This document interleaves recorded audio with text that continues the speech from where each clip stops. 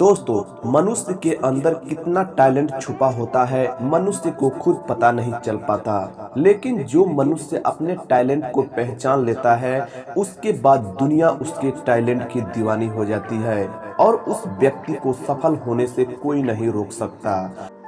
तो आइए शुरू करते हैं। एक गुरु और शिष्य जंगल से होते हुए अपने गांव जा रहे होते हैं। अंधेरा काफी हो चुका था।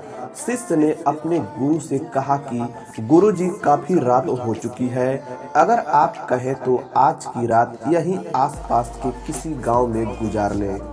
गुरुजी ने अपना सर हिलाया और वो आसपास के गांव में एक छोटे से घर के पास जाकर रुके। अब जैसे ही वहां गए तो गुरुजी के शिष्य ने दरवाजा खटखटाया।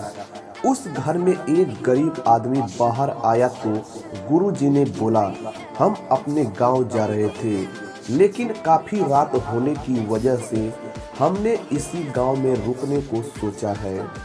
क्या हम आज रात आपके यहाँ रुक सकते हैं? आदमी बोला, हाँ क्यों नहीं, आप दोनों अंदर आ जाइए। अब जैसे ही गुरुजी अंदर गए, उन्होंने देखा कि उस आदमी के घर में बहुत ज्यादा गरीबी थी। वह आदमी बोला, यह किसी काम की नहीं है। गांव वाले बोलते हैं कि ये बंजर जमीन है, यहाँ पर कुछ भी नहीं उगाई जा सकती है और वहाँ फसल उगाना बहुत ही बेवकूफ़ी है। गुरुजी ने बोला कि तुम्हारा गुजारा कैसे होता है? उसने बोला कि मेरे पास एक भैंस है जिससे मेरा पूरा घर चलता है। ये सुनने के बाद गुरुजी सो जाते हैं और रात में जब सब लोग सो रहे होते हैं, तब गुरुजी ने अपने शिष्य को उठाते हैं और उस गरीब आदमी की भैंस लेकर अपने गांव चले जाते हैं। शिष्य अपने गुरु से पूछता है कि गुरुजी, कहीं आप एक गलत तो नहीं कर रहे हैं? उस गरीब आदमी की रोजी रोटी इसी भैंस की वजह से चलती है। तो गुरुजी ने अपने शिष्य की तरफ देखते हैं और मुस्कुराते हुए आगे बढ़ जाते हैं।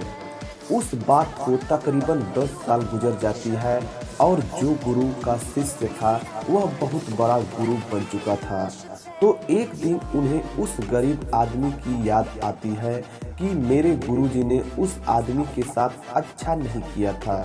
मुझे एक बार चलकर देखना चाहिए कि वह आदमी अब किस परिस्थिति में है। वह शिष्य उस गांव की तरफ जाता है और वहां जैसे ही पहुंचता है तो वह देखता है कि जहां पर उस गरीब आदमी का झोपड़ा था, वहां पर एक बड़ा आलीशान महल बन चुका था और उस झोपड़ी के बाहर जो बंजर जमीन थी, उस पर फसल और फूलों के बगीचे हरे भरे दिख रहे थे। तभी उधर से उस घर का मालिक आता है।